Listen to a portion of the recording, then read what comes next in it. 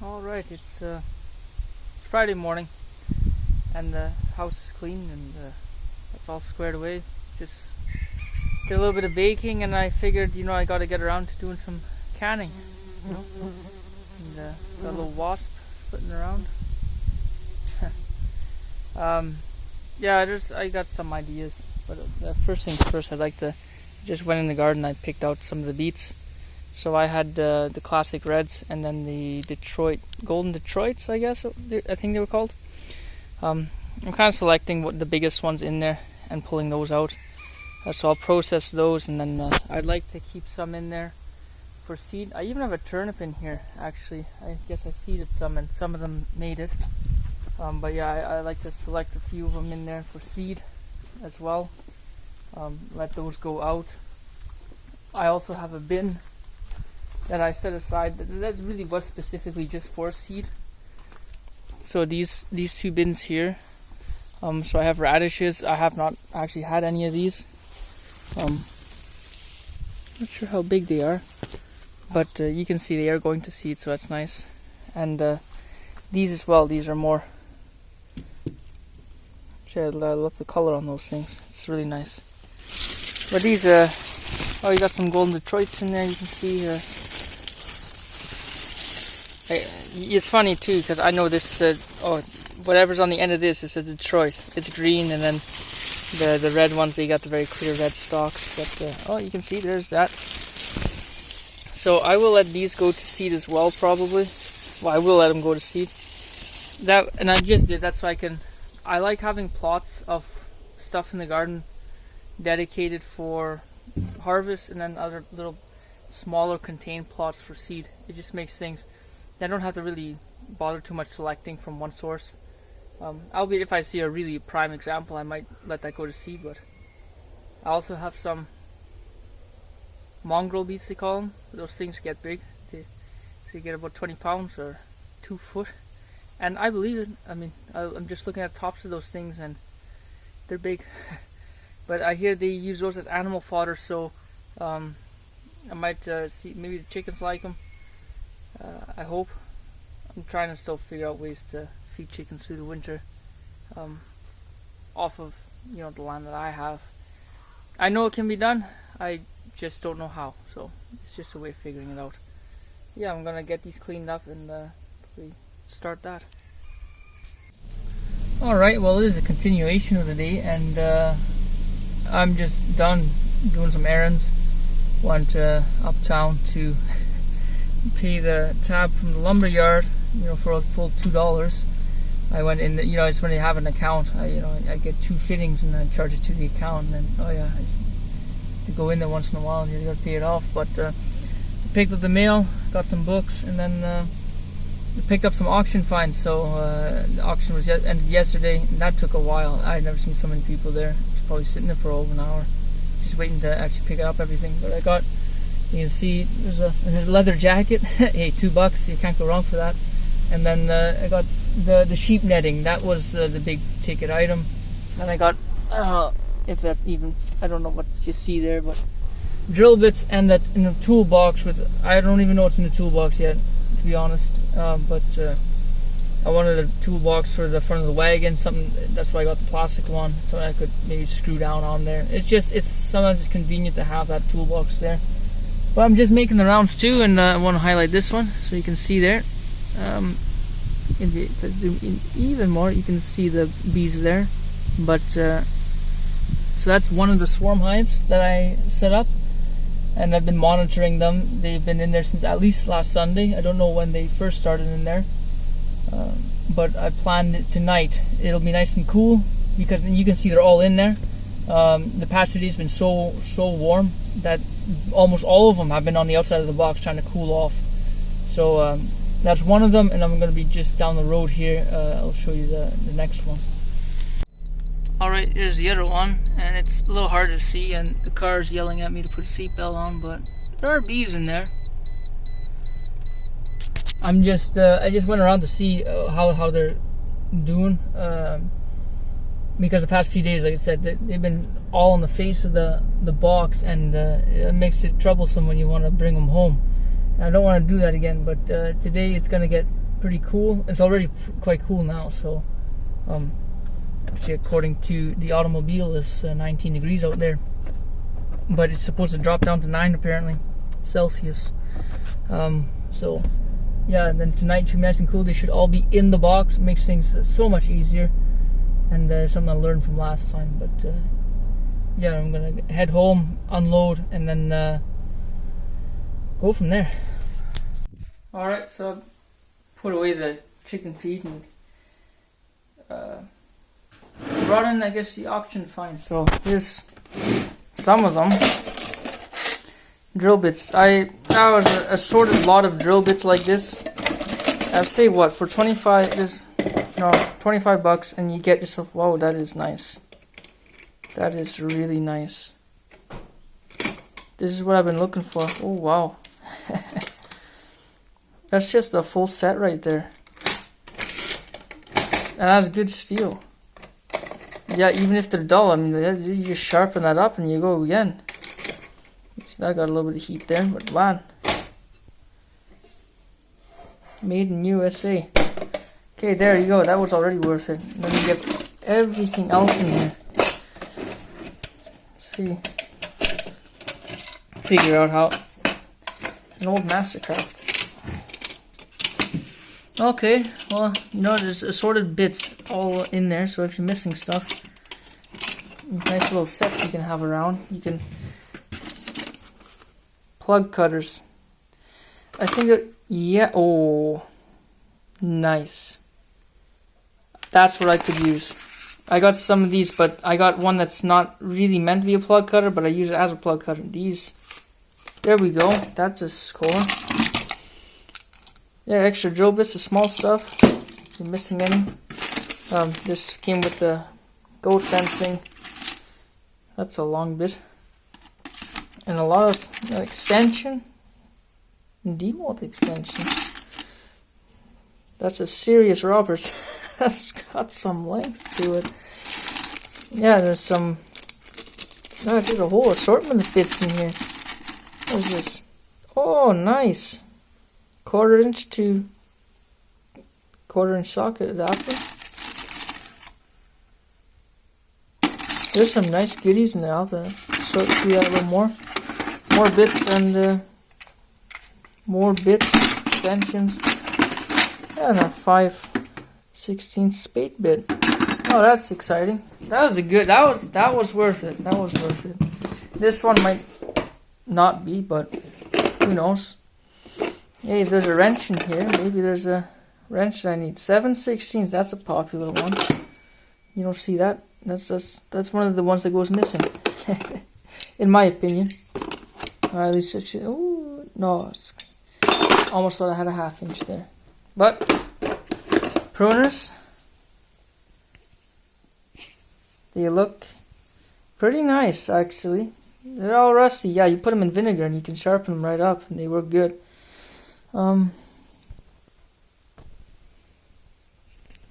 What's the name on here? Can I see or not? I'm gonna pause it here. Okay, I just took the wire brush to it, and I don't know if you can read them, but that's Freund, West Germany. It's funny because I have, I got also, when I bought a bunch of old tools around here, a lot of these tools actually that level, and a besmattering of others. I got that, I got a pair of pruners in there too, and this is also a, I don't know what, I don't think that was a Freund, but it was also West German, so. West Germany. That's, you know that's good steel, so. And, not gonna lie, there's still an edge to it. But, you know, the nice thing about these, you can take them, you can unscrew them, just give this a sharpen, make it true again, and I tell you what, the spring on it, like, these were well kept, so it's nice.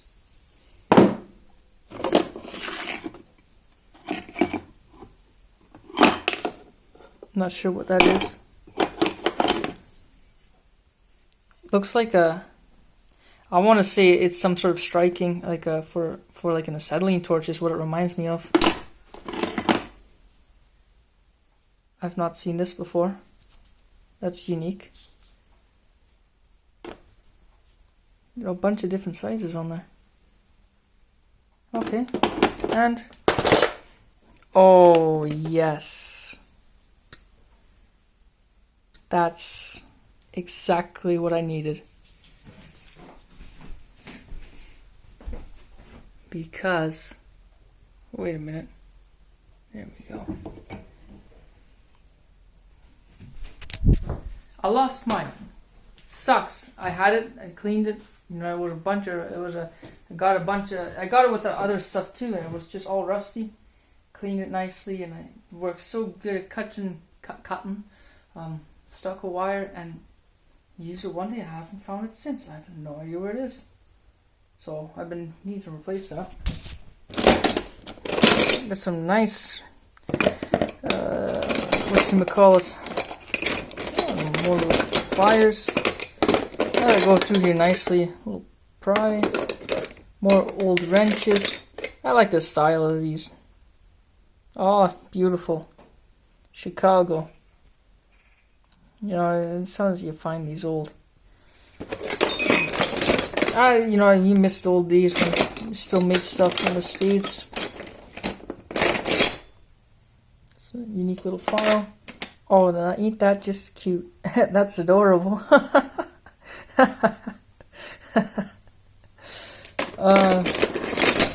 Yeah, I'll look through here a little better and see what the all is. And I'm just getting.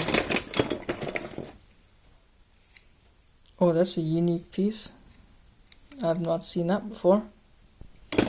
But anyway, I get carried away with this stuff. Anyway, don't need to bore you guys too much, but I really enjoy just finding some of the auctions, and you just get a random tool. I just needed the tool chest, and I saw they all had tools in them, and this was a winner apparently. I probably could, if I looked closer, I might have seen it, but they don't tell you everything that's in them. They just give you a picture of the lot, and then yeah. But I think, I really lucked out with this sale, and it will be the icing on the cake if the leather jacket fits. So I'll have to try it out. But yeah, so far so good. All right, a bit later in the day, but I'm trying to fix this netting. So you can see, it goes all the way down here, and so when I bought it, I knew it was ripped. It said it was ripped. So this section here was all, it looked like honestly somebody had taken a lawnmower over it. The whole thing was just frayed. So I went together and I kind of stitched it up best I could. You can see all my little knots here and there. It's kind of stitching it back together.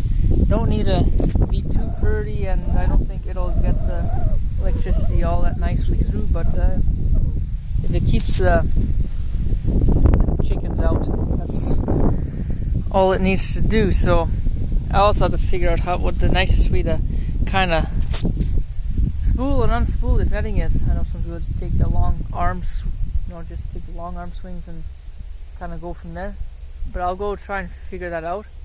And then so I have two of them.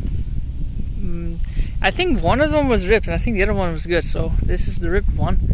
But I'll try and go, and I think I might just fence off the whole garden. And originally I was thinking just a squash, but it's really hard to put, I think, a border between just a squash.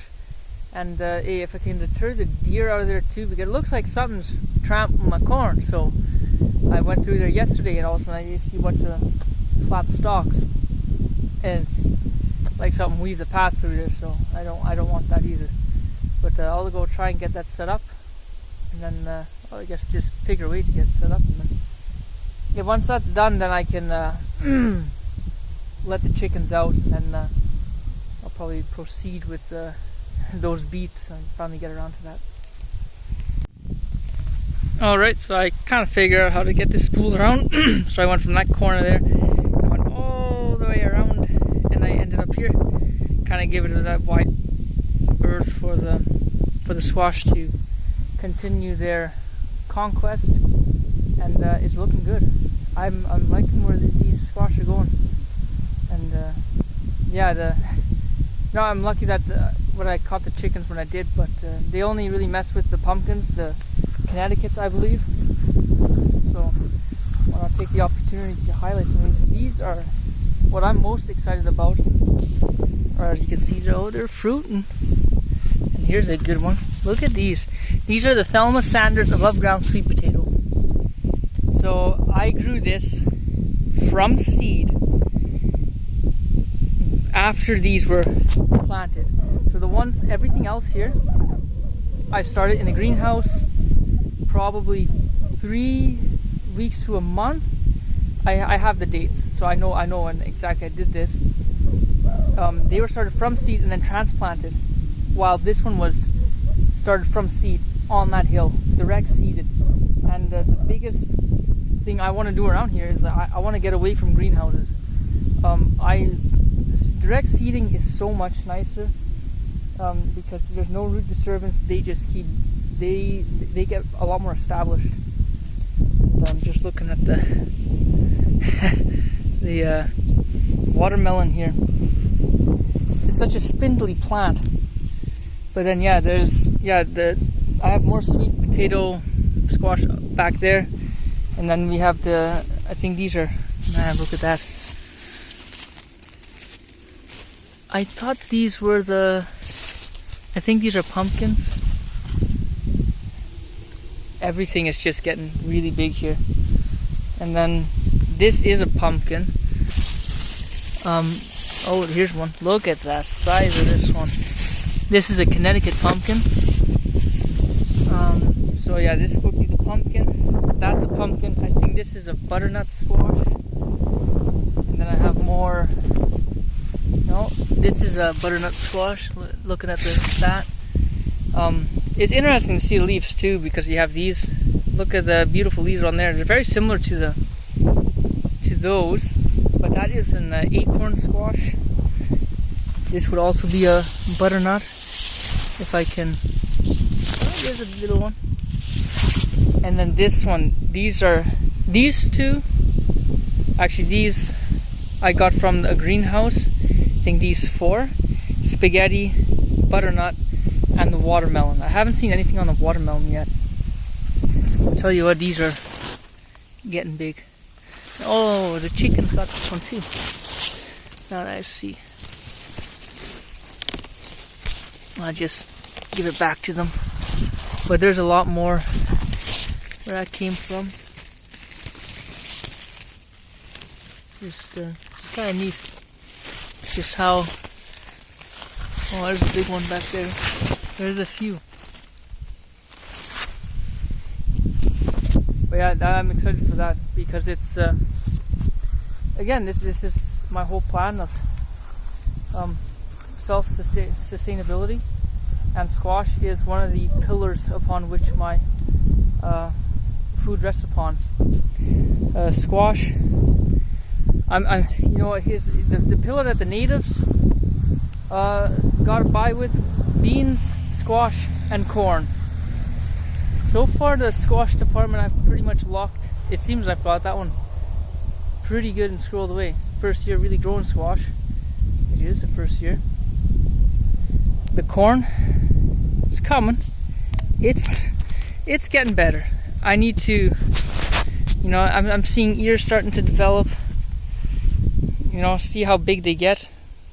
But all this stuff it tasseled out early, so it just didn't have the right nutrients.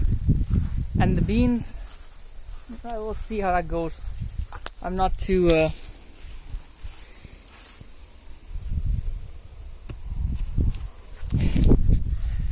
I don't expect to be eating a lot of beans, so there's a pretty decent bean patch in here, but this is all for seed essentially, and same with what's in the back there. So what I did is, this year was the start of my breeding project, so I got a bunch of native beans, and so you get a few seeds. You don't get a lot. I think there's like 10, 15, maybe 20 seeds total, less than that actually. And so I put almost everything I have in the ground, and the aim is to, this is all for dried beans. I wouldn't mind picking some fresh beans. I might do some of that still, but dried beans is really where your protein's at, where your nutrients is at. And likewise with the pole bean, so I'm running both pole beans and bush beans, kind of gauging the two. I know the pole beans are not doing as well as I've had in years prior, so the garden could use a little more work, but I will see how that goes. And then what seed I do get, I'd like to expand this greatly to actually be able to provide more seed for the following years. But yeah, so far so good. I'm going to get the other spool rolled out and finish up fence in the back half of that, and then I can let the chickens out again. Okay, well I got the second one strung out, and this one is that looks a lot better than the other one. Is better than the other one. Only issue I found was here. I can fix that section up and then go from there. Oh, this one's also this one's disconnected too, but it's still really good shape otherwise. So I'll go tie that together and then I'll join them with the other one. Alright, fencing set up and the chickens have been allowed to roam free again. So let's see how this works. I hope it does. It's just a deterrent so they don't go in there, and yeah, because they'll mess up my squash. And well, we'll see how it goes. Put maybe one day maybe I have to get a fencer if I find one of those. Then because you can electrify it, so there is that. It's kind of neat. Put some power on there. But yeah. Otherwise, the rooster's out. He was out this morning actually. I found him in the garden again. I think he's probably just flying the fence, but at least I know how to get him in now. Just open the side door and he'll wander in. He wants to go back in the coop. He doesn't actually like being alone because he's such a chicken. But yeah, we'll see how this fence works, and hopefully it keeps him out. If not, then I'll just have to keep him locked up in the run there. So hopefully it works. All right, so fencing set up, and I'm back to working on the beets. And oh, there he is. As you can see, the chickens are out and about and rooting around. Good thing I got the right there. Yesterday I picked up some of the raspberries on the bushes there. So good thing I did that, otherwise I'd be out. Either way, I'm working on the beets. Look at these. Yeah, some of them a little small, but we've got some good ones in there. I'm really liking the color on these. So I'm going to soften these up, and then I'm going to start making a brine as well. And yeah, I even have a turnip in there. So I figure I'll just try it out. Not many turnips came up. So what happened this year, and what has happened unlike any other years, is I was hit with pestilence. Pestilence? I don't know. I had flea beetles, and apparently they like that stuff.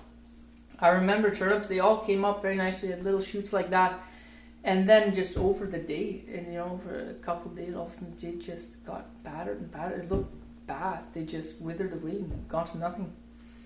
And I later found out, yeah, I had flea beetles around. They took all my cabbage too. And that was replaced, but the turnips were actually resown, I believe. And some of them did survive the infestation. And as you can see, there's a good sized turnip there. Very beautiful little fruit, vegetable, nice. So yeah, I'll be trying that out. So I'm going to make enough. I'm gonna cut it all up, and I'll make enough to make some canned pickled beets, turnips. I also have some onion I'm gonna put in there too. I just picked those out the garden, and then I'll what I have left over I can toss into a ferment. I'd like to try that and see how that turns out.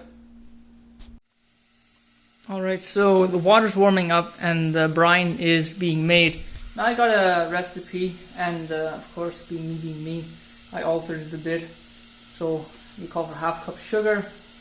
I went with a third of a cup maple syrup, and then that's actually the only alteration I made. They called for 3 cups of vinegar. I did 2 white, and I actually did 1 cup of my homemade apple vinegar. This is going to be my kind of a test batch for my premium beets, because I'm incorporating ingredients that are scarcer. I mean, you can get 4 liters of white vinegar for cheap, and white sugar. I'm sitting on several kilos of white sugar. Why so much white sugar? A good question. Glad you asked.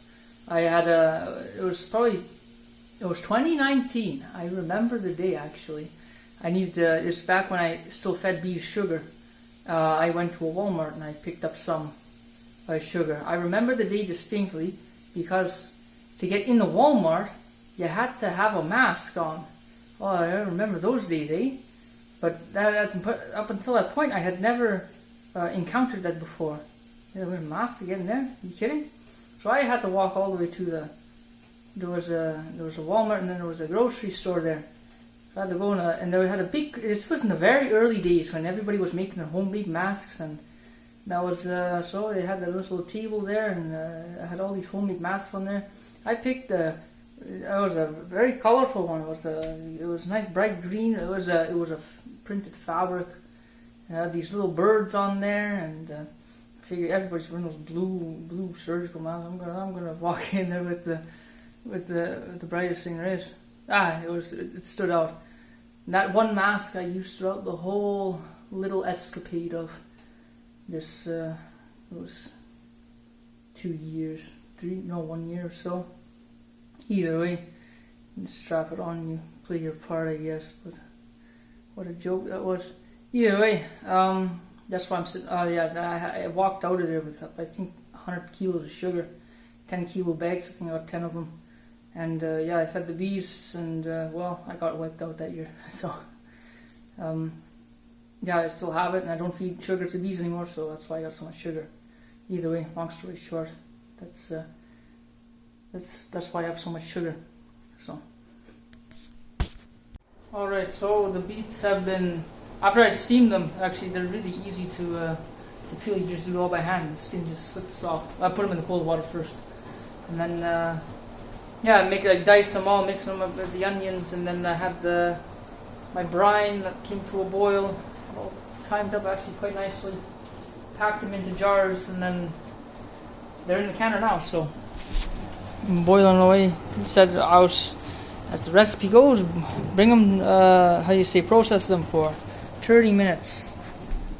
In the meantime, I probably should clean my kitchen. Kind of looks like a murder scene in here, but that's what you get when you deal with beets. But the interesting thing is, the red beets, they make that terrific red color, but I never worked with the golden or the yellow beets, and they make a beautiful gold color. So the red overpowers it, but I wonder how it turns out in the can. See, because it's all mixed, so there's the turnip, the red, the yellow, and the onions. So I'm just gonna clean this up a bit and restore order. Now it's why you make such a small batch? Yeah, I know. It's not very worthwhile to do that, but I've never actually made the canned beets by myself before entirely from the start. So I'm kind of playing around with the recipe. I want to get my ratios right. I found that the brine that I made was like just enough for 5 pint jars. So I'm trying to form a baseline. I like doing things on scale. I also didn't quite have the beets big enough for that, so I took just from the biggest. I figured I'll make a small batch, get my ratios, figure out what I'm doing, and then I can scale it up from there. So that's the plan. And then go from there. I can also test out these. If I like the flavor of them, I can keep the recipe. If not, I can change up the spice. If I do any spice at all. Traditionally, I don't think I ever add spice to these things, but we'll see how it turns out. And if it's good, it's good. If not, we can change from there. It's only 5 jars, so yeah. I got some scraps, and I I know they're happy about it. Here, cheeky chicks. Here, chick chick. I didn't know.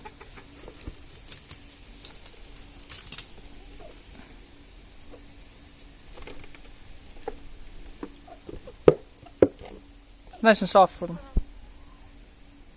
Oh, a little late there. There's one more around too. This is a funny one. The rough one. Got a very funny walk to that one. Always sticks her foot right in front of you, like just like a good Third Reich march. You know, it's quite entertaining. All right, so here they are. I just pulled them out the canner, and there's 5 jars of pickled beets. So yeah, it's a little hard to see, but they are. Well, that one went. But yeah, they look good.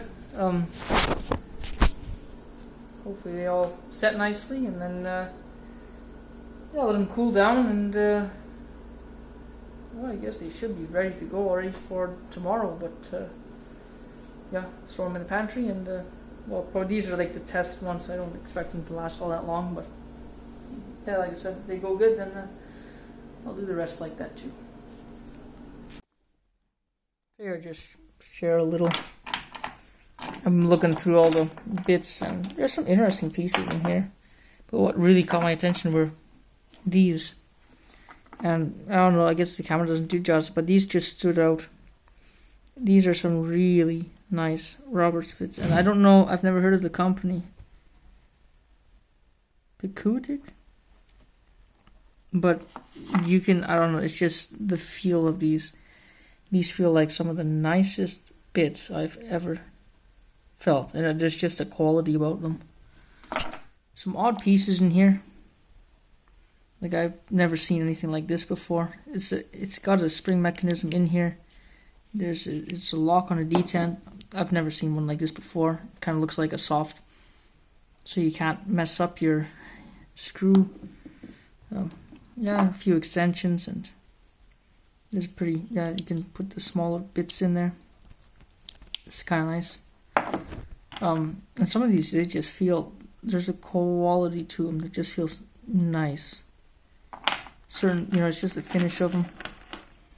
I mean, there was that nice, still this one is, that's Roberts. But yeah, this too, never seen that before. It's Japanese, so says something. And there's just some odd bits in there. Oh, this might be boring to some, but for me, it's just fascinating to see what's what all comes out of here. And there's a lot of things that I've never seen before, but yeah, interesting haul. So, and this one I looked through it, and there's same with these. You know, they're not in order. They're all mixed up. And same with the ones in here. They're all mixed up, and I haven't looked through these yet. Right? I think, there we go. Same company. I thought they looked nice though. That's probably where these came from. So I'll have to put together, this one especially. This one I didn't notice from before, and yeah. They even have a tap chart on here. And what drill size you need for that. I just got distracted because I would like to fix this saw. So I got I think the bar on there is missing a stud, so I got one of those. Yeah, you couldn't just get the single one. So I like to take that out, and I know the stud on there, the actual threaded stud, is loose. I knew that when I bought it, but again, one of the reasons I got a discount on the saw.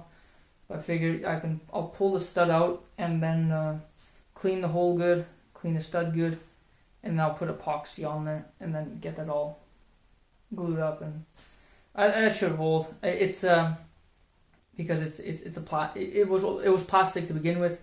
That's what it's screwed into. It's just the economy sauce, but So once they get that fixed, then at least it's a little bit better, because the chain's loose on there.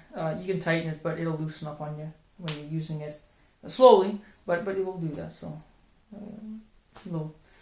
little evening project, because I'm kind of just counting down, I guess, the clock now.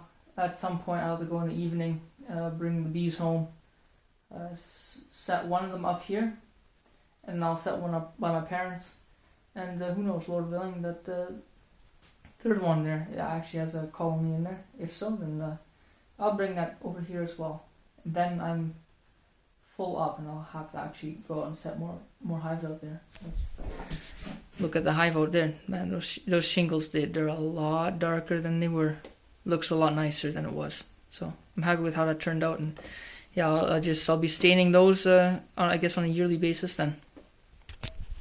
And I guess again, that's my test hive, proof of concept. See if that style works. See if the shingles hold up, and so far so good. So I'll probably end up making more and put them on more hives, just because I really like the natural look of it. So yeah, just kind of fiddle around and see where the evening goes. Alright, so I had supper, so I didn't actually get around to fixing the saw yet, but I guess the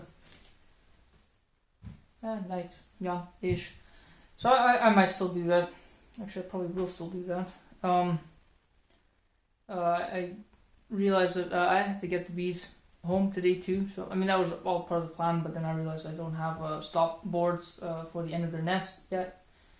Even though I guess I could have made them tomorrow, it would have been fine, but I just quickly cut 2 of these stop boards, got the staple in there, so they sit inside the hive so that there's a solid wall, so that they don't have the whole cavity. That way they don't feel the nest is so big, and that it can be expanded incrementally and not just give them a whole expanse at the same time. So I'll go put these in the hives. I got 2 hives that still need them. The one of them I already have actually a board in there, so but I also had to clean the truck. I had an old sliding glass door on there, came from my brother when he renovated his house, and he didn't want it, so I took it, and I said there was a good bit of weight to that, so it's always fun taking those things off the truck. But that's scrolled away, it's done with. Box is empty, can put the ladder on there, and then really I'm just waiting on time. I guess I like to do it late, and then the bees are really asleep, but then they're in a hive and it's nice and cool outside, so they'll be nicely in there near full moon, so that's pretty nice. And they'll be all set for that. And so 2 colonies coming home today. Lord willing, all goes good. And then there'll be 1 here, and I'll drop 1 off at my parents'. So we'll see how that goes. And then, it reminds me too, I have to get some cordage on one of the hives here. That'll be fun. I'll have to do that still, but now it's a little bit dark, but it's I got a flashlight. Well, I got my rope, and it's the hive I'm going to be working on. There's a deer out there, which is, I don't know, I don't think you can really see him, except for the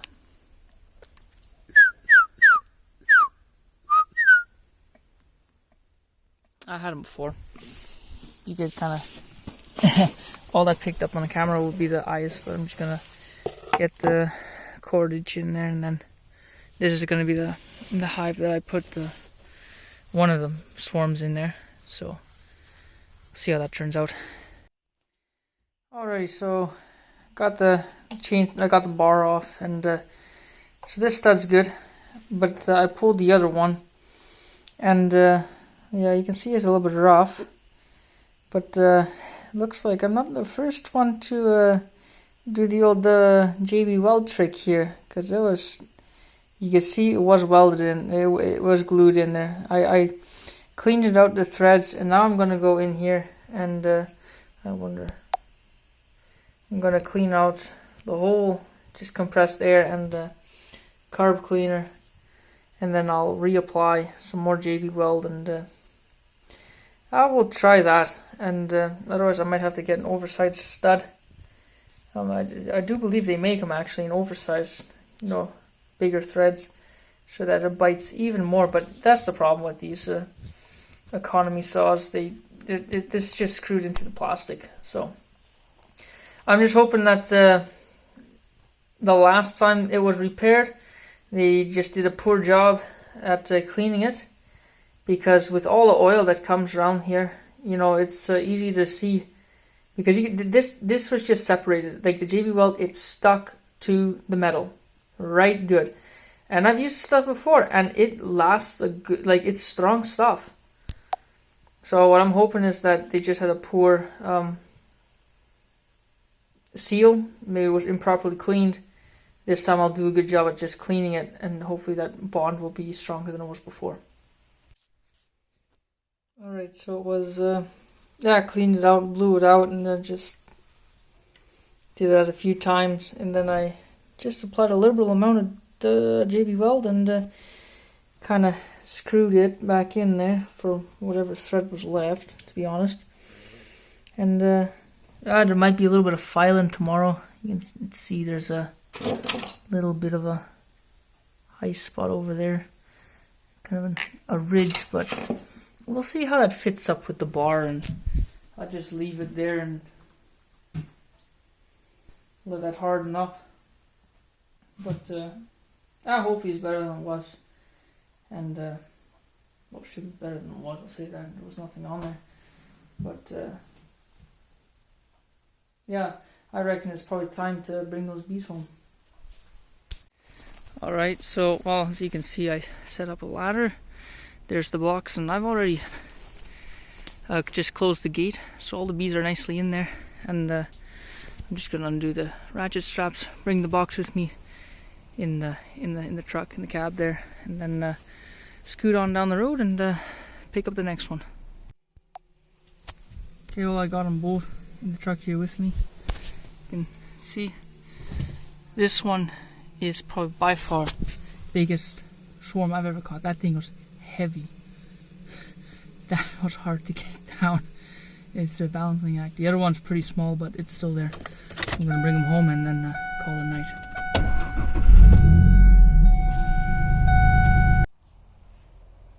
Alright, so I just put the hive in there.